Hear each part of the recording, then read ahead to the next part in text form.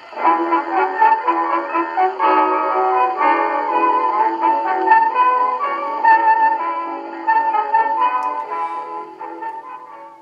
Christmas and welcome to a special Christmas episode of Off the Menu. I'm Vincent Frankini from Tunnel House here with a very jolly Charles Coulombe. Ho, ho, ho, ladies and gentlemen. Very nice, Charles. Well, no, it's wonderful. Right now, we're in the very end of Advent, but you're going to be seeing this, if you see it when it comes out, on Christmas Day. I could just see you all there right now. The gift's opened. Don't you be putting the children off until you watch Off the Menu. No. Not if you value your lives. But the gifts have all been opened. The children are playing with them. The Yule log is going there, and you've got the tree. And oh man, Santa and his elves were there last night. Gosh, it's Christmas. Unfortunately, we're living in the past, so it's still Advent. And you know, we got a very interesting note from a person when I made the comment that Advent is a penitential season last year. This person ran to the 1983 Code of Canon Law and found it's not a penitential season according to God. Yes, we know this. It was traditionally a penitential season, and as I had hoped I made clear last time, apparently not. It's a private devotion to keep Advent the way you would keep Lent. I mean, even Lent itself, as this very assiduous canon lawyer wannabe, well, I mean, he's not really a canon lawyer. He's what we used to call well, I won't tell you what we called him in school, but anyway, we had a word for people like that. Blue book lawyers. That's the nicest I can say. Anyway,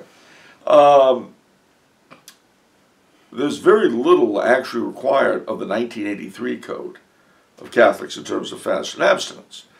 And you know, if all you're going to do is what's required, meat on the Fridays of Lent, fish on the Fridays of Lent, fish on the Fridays of Lent, and fasting on Ash Wednesday and Good Friday, well, if you think you're holy enough to get by without any more than that, please bring me to heaven with you.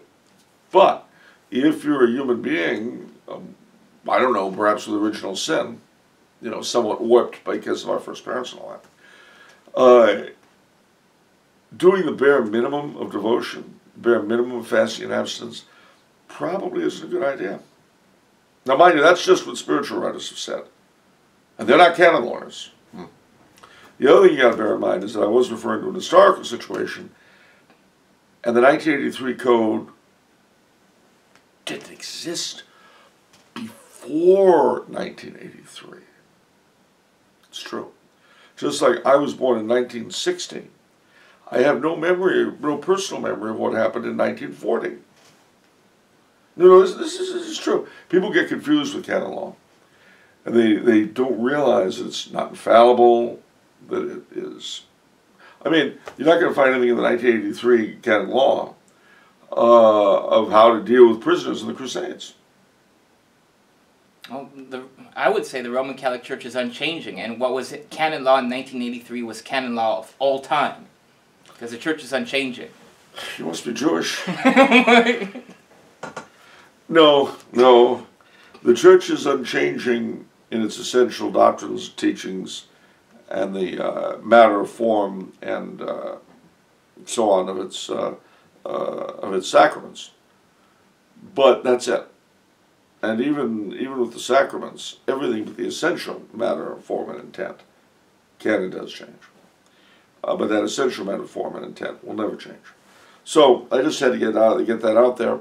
The other thing that was, I suppose I should point out, because some of you have had difficulties, so I'll help. I never know what these questions are going to be until I sit down in this chair. I don't do this with any research. None. Zip. We do this for a reason, and the reason is to keep it spontaneous and so on and so forth. So, if you should discover that I've misspoken or made an error in fact, do feel free to put it in. But also imagine that our roles were exchanged. You were being asked questions and had to answer off the top of your head. That'd be fun. No research. No research, ladies and gentlemen. We do this without a net. Here on the 72nd floor of the Tumblr House building, which normally, of course, rises in stately frame in lower Manhattan, but has been magically moved to the North Pole. It's Christmas magic. Yeah, that's how we do it. That's how we do everything around here. 365 days a year, it operates through Christmas magic. This is the one day of the year we can come out and be who we are. But it's true. He really is an elf. I really am set. No, I can't reveal that.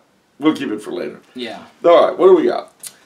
Before we get started, this is the last week to get a signed copy of Charles's books from TumblrHouse.com. Oh gosh, that's right. You know, if you ask me after this week, I'll say no, I can't. You know, the suits at the top floor, they just won't let it happen. No. My hands are tied. No, and believe me, he argued with them. They had a cocktail party.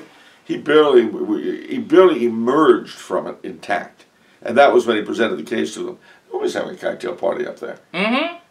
Gosh, you know, talk about living in the past. Those guys act like executives in the early '60s. I know, it's strange how that works, isn't it? Yeah, they were dressed like in thin ties, and yeah, I think one too many viewings of Mad Men, probably. All right, well, they mean well, and since we get paid by them regularly, all we can do is thank them for being who they are. Okay, our first question comes from Patrick DeSantis III. Wow. I recently reread A Christmas Carol and was thinking about it in light of Sean Leslie's Ghost Book. Ooh. While Dickens was obviously not Catholic, No. are the actions of Bob Marley in keeping with those of a soul in Purgatory? Could the three spirits fit into Catholic doctrine in any way? Perhaps as angels? Well,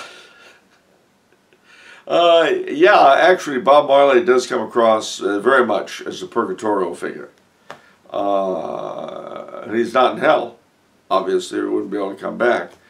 But Dickens really created, as many writers do, he created his own version of the afterlife. He invented the three spirits of Christmas.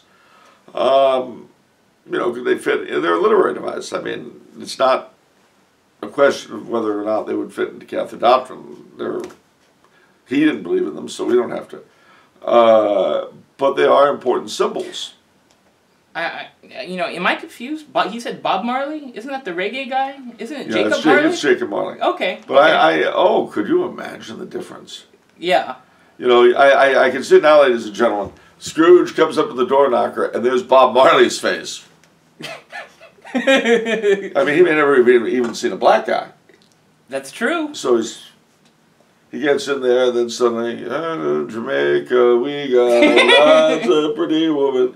Oh, Ebenezer man. Oh, well, you were always a good man of business, Bob. Oh, man. Mankind was my business. Yeah, that's. I want to thank you very much, Mr. DeSantis. I will never look at the Christmas Carol quite the same way again. Yeah, you know, and I thought they'd done every version possible. Yeah. That, at any rate, one of the things that I will notice, mention to you rather, is that the Ghost of Christmas Present has always reminded me very much of the Green Knight in Sir Gawain and the Green Knight. Mm. Now, I don't know if he knew Sir Gawain and the Green Knight or if it was just a happy coinky-dink, but that's, you know. Anyway, so it's not a question of whether or not it fits into Catholic doctrine, because he didn't believe and wasn't pretending to believe that this was factual. It was a fable. It was a story to prove a point. And the point, of course, is that we shouldn't be chiseling nasty misers. Yeah. I mean, being either chiseling or nasty is bad, but putting them together and being a miser is the worst. Yeah. All right, Patrick has another question. Okay. I recently started reading your colleague Bill Biersack's Father Baptist series. Well? Oops. Well, yes. The Endless Snot, a 20 hanky book. Yep, first book in the series. And Father Baptist, the main character, says venial sins are washed away by holy water. Well. I've never heard this. And when I Googled it, found contradictory information. That may be. Is this true? It is true. If so, do you still need to confess the venial sin? If it's in your mind. I mean, look, ladies and gentlemen, we all perform a ton of venial sins all the time, and just as quickly forget about them. You don't have to confess them precisely because you'll forget about them, but they get wiped away with holy water. However, if a venial sin is in your head when you go into the confessional, yeah, sure, it's obviously bothering you, or you wouldn't remember it, so confess it. And actually, and again, this is terribly pre-Vatican II, and it's not in the 83 Code of Canon Law. Jazz hands. Anyway, what? Oh, I can't do jazz hands. You can do jazz hands. It's Christmas. I want to do jazz hands. Okay, there we go. Anyway, this is, all like this in this company. Anyway, seriously, the idea of confessions of devotion is something we've lost. All right. The fact of the matter is that when you go to confession and you rehearse your sins every week, even though they're not mortal, it does help you in your general program of improvement in many, many ways. It means, if nothing else, that you're in a state of grace longer than you would be otherwise, more often than you would be otherwise. A state of justification, of being completely free of any sin at all. Even if it's only for only 5 or 10 minutes after you get out of the confessional and you remember how annoyed you are at your kid. But that is an important thing. Also, frequent confession gives you added strength in resisting temptation. What do I mean by that? Well, a half or a quarter of the time, if you know you're going to be going to the confession on Saturday, do I really want to do that? Do I really want to talk to Father so-and-so about that on Saturday? Nah.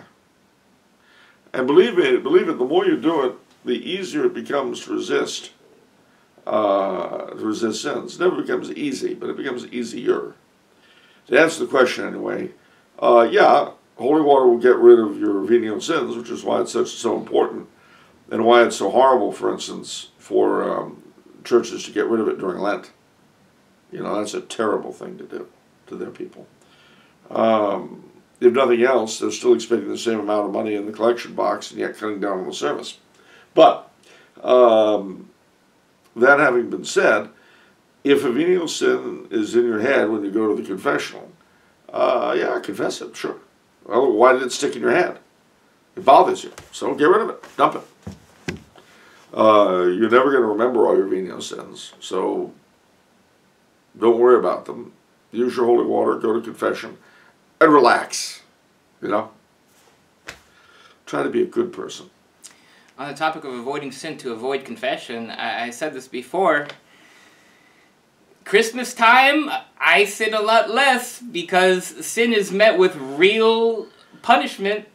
Mega long confession lines. Oh yeah. Isn't that funny how that works? Christmas season and Lenten season, and just the time before Easter.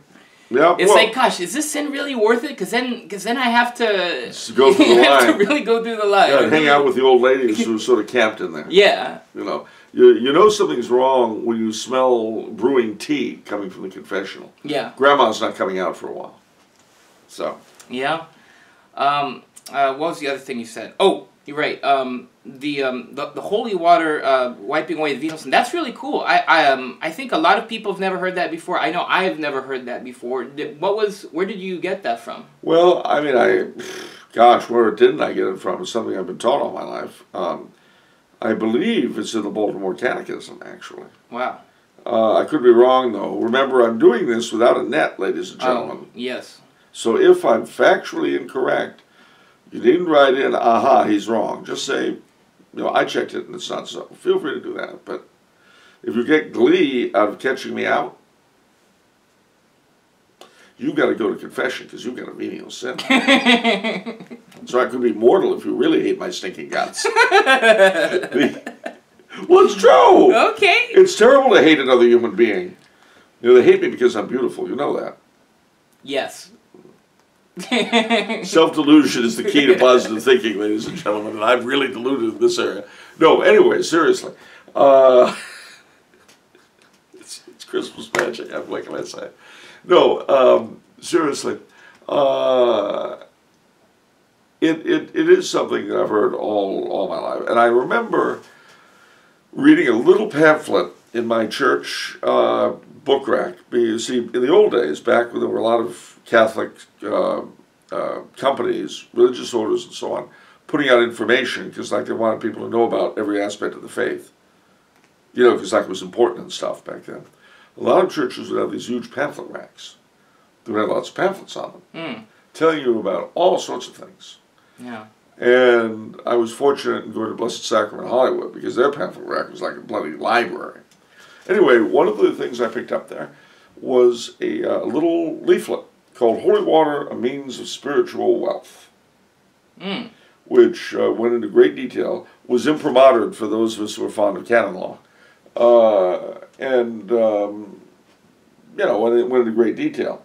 But, I mean, it didn't tell me anything I hadn't already heard, but it was fun to see it all in one place. Okay. Question from Neil Laurie, superfan Neil Laurie. Ah, you keep it up, superfan. What is your view of Krampus and its resurgence in popularity recently? You think, in particular, it has ever been a good thing to include in celebrations related to St. Nicholas and Christmas itself? Well, it's a good question. The figure of Krampus, like the figure of Black Peter or Black John in Germany and the Netherlands, Krampus is more Austrian and Southern German. They remember that the idea was that he came with St. Nicholas to punish the bad children, the way St. Nicholas came to reward the good. Well, that was a wonderful idea because it taught children consequences. If you're bad, Krampus will punish you. If you're good, St. Nicholas will reward you. That is something our entire society is running away from. You know, the idea that actions have consequences and the idea that children should behave. We've gotten away from that. As we know, children who don't behave grow up and become adults who don't behave. And we're run by them pretty much today, adults who don't behave. Well, believe me, they didn't behave as kids either. And, I mean, back in the 50s, this is a little off the track, but back in the 50s, they had all these things, why Johnny can't read, because more and more people were becoming functional illiterates. Well, the educational system has not improved since then. And that original generation of functional illiterates has grown up to be the people who rule us. Isn't that wonderful? That's great. Yeah! Merry Christmas to you all, my masters. But, what? I'm wishing the people that own me a Merry Christmas. That's great. All right. You see how he is? Anyway, this is a season of good cheer. You should be willing to wish a Merry Christmas to your owners, your masters, the people that run your life. Have at it. Yeah, I'm doing it. I sense disapproval. And I'm feeling very insecure right now because I'm sensing disapproval. Is this yours or is it emanating from the suits? Charles, I unconditionally accept you, and our whole audience unconditionally accepts you, as we said in the last episode. Oh, I feel so much better now. Okay, Yeah. I can continue, ladies and gentlemen. This close to wigging out, and now I'm safe. Thank you. Anyway, it is Christmas. Anyway, seriously, ladies and gentlemen, that is an extremely important lesson for children. It's just like, but we sanitized it. It's just like our fairy tales. You know, the original versions of the Grimm's fairy tales were nasty. Terrible things happened to kids. But they would happen to kids because the kids did something wrong. And every one of these stories had a moral. My favorite, of course, is Little Red Riding Hood. Now, the original, Little Red Riding Hood has got her basket of goodies for Grandma, you know, a bottle of gin, bottle of rye. Grandma has a little problem. Okay. You know, it's a good thing she was eaten up and not cremated, or the whole thing would have gone up. Wow. Anyway, the poor, well, she's by herself. She's a little old lady living by herself in the middle of the forest, Sure. drinking herself to death. Okay. Anyway, so, all right, that part wasn't in the original. Okay. But she's walking along, and there the wolf appears and talks to her. Okay, mistake number one. Don't talk to strangers. Number two, she tells him where she's going. I mean, how stupid is that?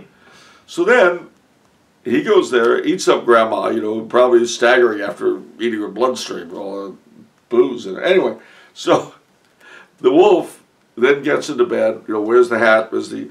you know, in Little Red Riding Hood's defense, probably the smell of liquor convinced her that this was Grandma after all. That's not true. Where'd you get this stuff? I don't know. Anyway, so she goes in there, and it's obvious it's not Grandma. Okay? What big eyes you have, what big teeth you have, etc. That whole long, drawn-out dialogue is to show that Little Red Riding Hood knows there's a problem here. But does Little Red Riding Hood put a little brain together and get out? No. So what happens? She gets eaten. And in the original, that's the end of the story. No more, bye-bye, all gone. Wow. Num, num, num. Now, the sanitized version has the woodman coming in, and he kills the wolf, cuts him open, and out come Little Red Riding Hood and Grandma, clutching her bottle of gin, whatever she was drinking when she was eaten up. I mean, you know, when you notice we're not told why she let the wolf in. Why did she leave the... I don't know. Probably she was assured they're rapping at the door and she thought someone was coming to help her. You know, lying on the couch in her dazed state. Anyway, what is with you and Grandma's drinking problem?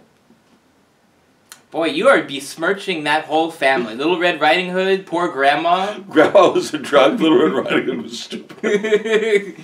Yeah, and don't even tell me what the parents were like. I mean, they let the little girl go wandering off in the forest alone. Little Red Riding Hood was a latchkey kid. That's true. Yeah. You know, and this terrible, horrible story we clean up for our children. Anyway, I'm sorry, ladies and gentlemen, we're having too much fun. No, seriously, I think that is part of it. The Krampus and all that is very important because it does give a moral center to the whole gift-giving idea. The children are not automatically good. They're not. Trust me, I remember being one, and I wasn't. No. But I knew the difference between right and wrong. What reinforced right and wrong with me were consequences for behavior. It's very important. The other thing is why Krampus has come back to us. Partly it's our neo-pagan friends and Wiccans and so on trying to get to the less Christian aspects of the holiday. But that's not really it for most people. I think what it is that the Christmas culture we've developed has become so completely saccharine that it's sort of a way of cutting the sugar. Ah. You know, not so sweet. Yeah, that makes sense. Oh, well, I mean, don't get me wrong. I could sit there and watch Rudolph the Red-Nosed Reindeer and Frosty the Snowman and A Peanuts Christmas and all. I can do it with the best of them, and I love them. But, you know, especially because we've been doing this since before Halloween. Right. So, I think that's part of it. Anyway, I'm happy to see Krampus. He's a little annoying, but, you know, who isn't? What exactly is Krampus? Krampus is this bear-like thing, this monster, that goes along with St. Nicholas in Europe and punishes the bad children. Wow. From just mauling them to eating them up. Okay. What if it was Krampus Little Red Riding Hood really encountered? She was sent out to grandmother's as a punishment. Yeah, what if? Yeah, and grandmother wasn't much good either. I mean, the whole thing, they all deserve what they got, including the wolf. That's not very Christian. So you're saying I should endorse a story of child neglect and endangerment? No one is and beyond rampant alcoholism. No one is beyond redemption. No, that's true. That's true.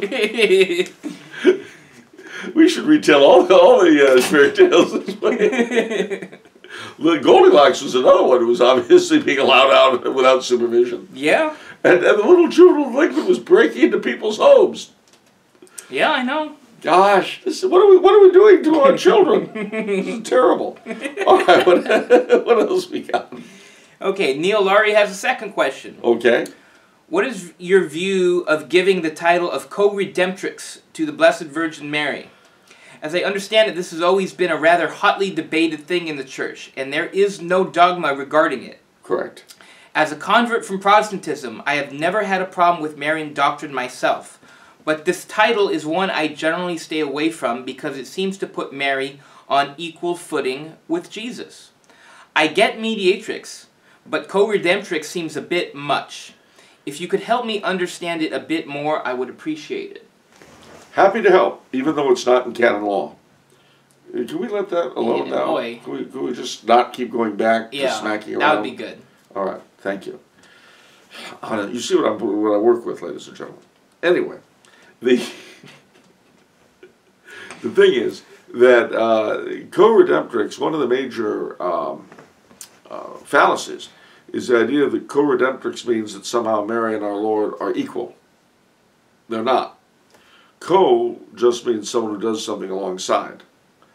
Co-writer, we were talking about this before the show. Co-writer could have just contributed the title in a chapter. It doesn't mean that co-writers are equal.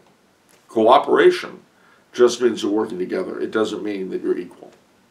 Part of the problem, I think, is the notion of equality itself, and I'm not being funny. Right. It's gotten into everything. Right, absolutely. You know, parents are equal to children. Children can call their parents by their first names. You know, what's really funny, just this isn't really related, but it's kind of funny when you're in a position where you arrange it so that your friends' children treat you with more formality and respect than they treat your parents. Or their parents, rather. Oh. You know, where they'll call their mother and father Patsy and Johnny. Right. They'll call you Mr. Coulombe or Uncle Charles. Yeah. And that's something I insist on. Anyway, I digress. But it is kind of Christmassy and family-oriented. Anyway, so the thing is that co-redemptrix does not mean that she is equal. But, and this is an important thing to remember, although he might well have accomplished the redemption in some other way, without Our Lady's active cooperation, it would not have happened as it did. Without Mary, no God-man. She gave him the entirety of his DNA, literally. One of the funny things about these Eucharistic miracles is that in some of them, where the wine is turned to blood, or the bread to flesh, they're able to detect human DNA, but they can't map it. They can't map it because you need 2 strands to map it. And this stuff only has 1. That's pretty odd. Similarly, and I'm touching also on mediatrix of all graces, which you don't have a problem with, but a lot of people do, and they're bracketed. Pope Benedict XV, not 16th, 15th, wrote about it to some extent. And the simile he used, although it's a little inelegant, I think fits. He says, Christ is the head of the church, but Mary is the neck. And the truth is that because without her cooperation, without her being along for the ride, we wouldn't have him. And that's the meaning of both of those phrases.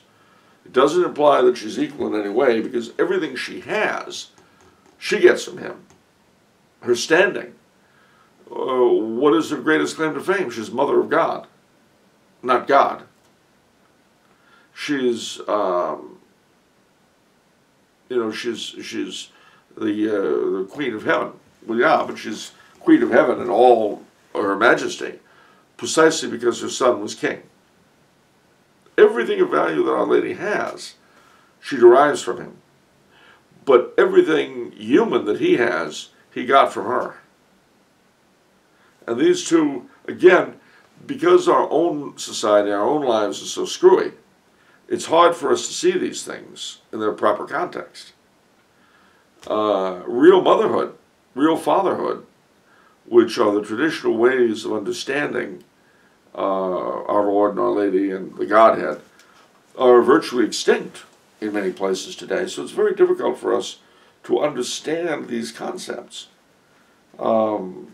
It's not because we're more noticeably stupid, although we may be, but simply because so many of us just don't have any first-hand experience of proper relationships.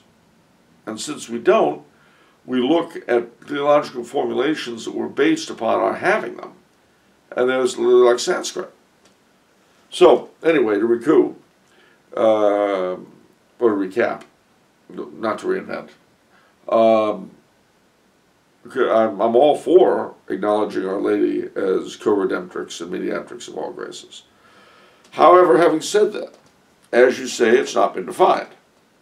So, if you tell me I don't know what I'm talking about, I'm not in a position to call you a heretic. Isn't that sad? One should always insult people. That's so fun, though. I know. It makes us feel good about ourselves. Yeah. It allows us to forget all those venial sins. Yeah. Yeah. See, if I'm busy insulting you and finding fault with you, I don't have to worry about me. That's true.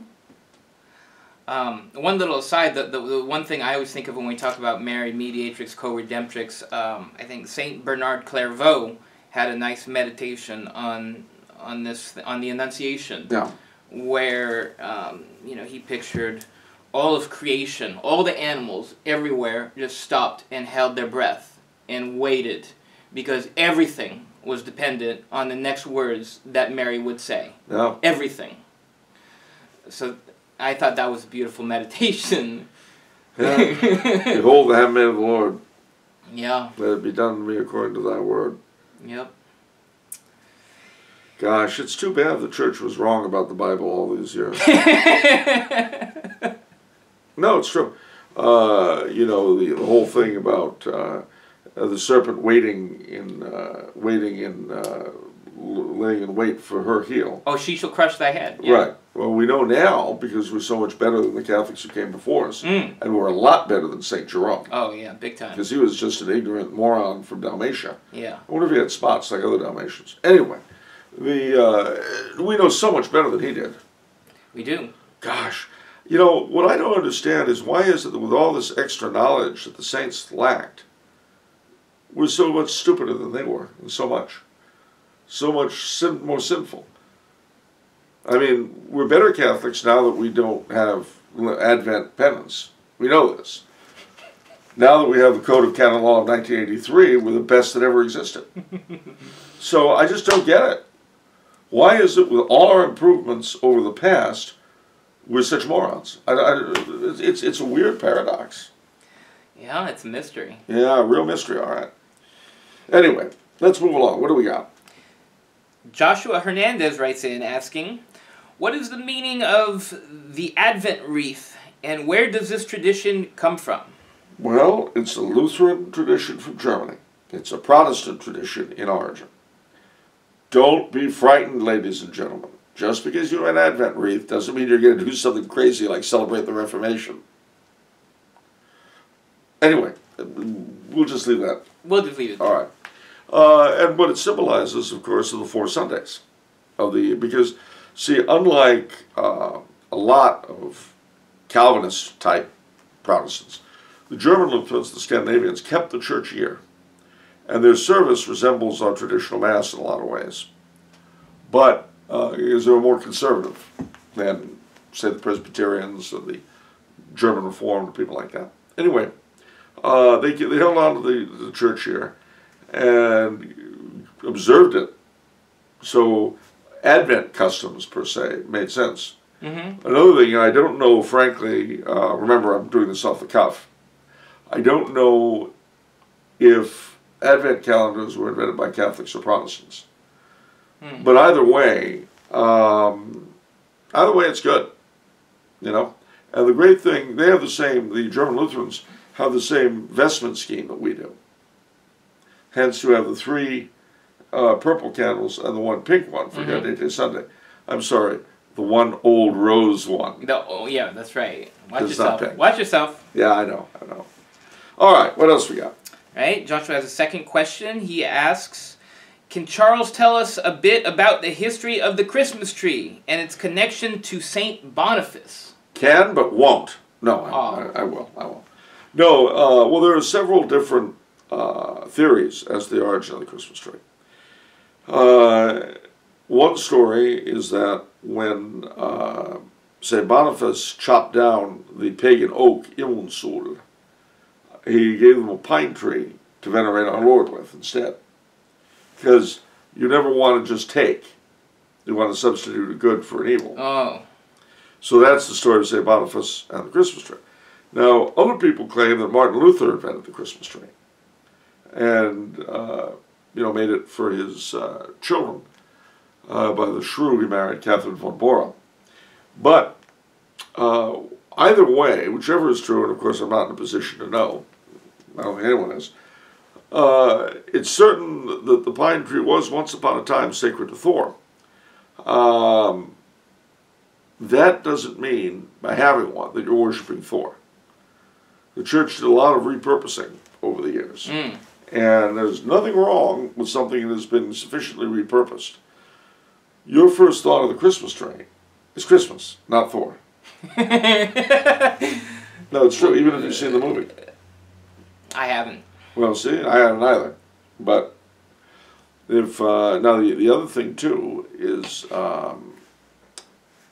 the Christmas tree was primarily a German custom, and it became big in England because of Victoria and Albert. Queen Victoria married a German prince, Prince Albert. He had had a Christmas tree growing up, so he brought it to the royal family. And from there, it spread throughout England and the British Empire. It came to America initially via Boston, which is kind of ironic, given how anti-Christmas Boston traditionally was. But the first Catholic church to have a Christmas tree in the country was the now closed Church of the Holy Trinity in Boston, which was a beautiful church. I've been to Mass there. They were, at the end of their time, they were the German National Church, but they also did the Tridentine Mass. And then they were closed. Sad, criminal story. Yeah. Anyway, but that's the story of the Christmas tree. What else we got? Okay, last question for today is from Jared. What do you think of Santa Claus? A good way to direct children's imaginations toward the saints? Or a distraction from the actual meaning of Advent and Christmas? Should I reveal my secret identity or keep it under wraps?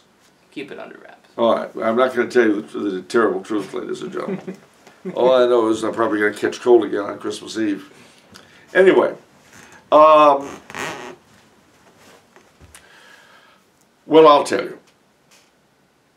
I grew up with Santa, but it was always kind of clear in the background that it was St. Nicholas. And, I love the whole mythology of the North Pole and the elves and Santa's workshop and all that. Oddly enough, my dad never told us about Mrs. Santa because it was clear that as a part-time Saint and bishop, there wouldn't be a Mrs. Santa. But, we got to get this equality thing in. Yeah. And if Santa can't be a transvestite, the next best thing is giving him a wife. Anyway. We have 3 genders in this state. Yeah, male, female, and non-binary. That's right. So, another Christmas gift from the Jesuit in Sacramento. Anyway. They were marvelous, And the thing is, ladies and gentlemen, Christmas for children should be a time of enchantment, where the impossible, the seemingly impossible, happens. Why, you might ask? Well, as we said earlier about crimes and punishments, life really is enchanted. The Mass, if that's not enchantment, I don't know what is. Bread and wine turning into God himself. The communion of saints, the intercession of the saints with God, the existence of angels, the miraculous properties of relics, certain shrines, Marian apparitions. I mean, ladies and gentlemen, we live in a world of enchantment. The problem is that we don't notice it because the world we live in does its best to cover it up, to hide it. But Christmas is the one time of the year where even the disgusting society we live in has to accept the truth for a very short period. It does its best to disguise it, calls it a holiday, builds up this culture of Christmas without Christ. But even there, it just can't do it. When I was old enough to stop believing in Santa, I was 32. Well, no. Where do you think student loans came from? Student loans? Yeah, they come from Santa Claus. How does that work? Well, where do you think they come from? All right, stop and think. You know how you think, oh, well, it's government money. Yeah. Okay, now where does government money come from? They print it. Santa Claus. Okay. No, that's not where government money comes from. Oh, sorry. It comes from taxes. Ah, that's right. Who pays taxes?